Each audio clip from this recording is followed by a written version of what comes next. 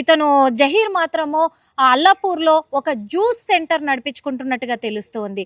ఒక juice centre నడిపించుకునే ఈ జహీర్ అనే వ్యక్తి పబ్లో డాన్సర్గా పనిచేస్తున్నటువంటి ఫాతిమాని ఈరోజు హతమార్చి తను ఇప్పుడు ఒక నిందితుడిగా అక్కడ కూర్చున్నాడు. అంటే ఒక క్షణికావేశం కూడా క్షణికావేశంలో చేసే ఇలాంటి తప్పిదాలు ఒక్క క్షణం కూడా ఆలోచించకుండా పాల్పడుతున్నారు ఇలాంటి ఘోరాలకని కూడా తెలుస్తుంది. ఇప్పుడైతే ఈ మధ్య కాలంలో చాలా వరకు అన్నిటికీ ఈ ఈ హతమార్చడం ఒకటే మార్గంగా పెంచుకుంటూ ఉన్నారు.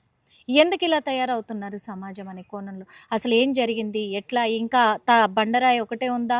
ఇంకా తన వెంట మారణాయుధాలు ఏమైనా తీసుకొని వచ్చాడా, లేకపోతే ఏంటి అనే కోణంలో కూడా పోలీసులు అయితే దర్యాప్తు కొనసాగిస్తూనే ఉన్నారు.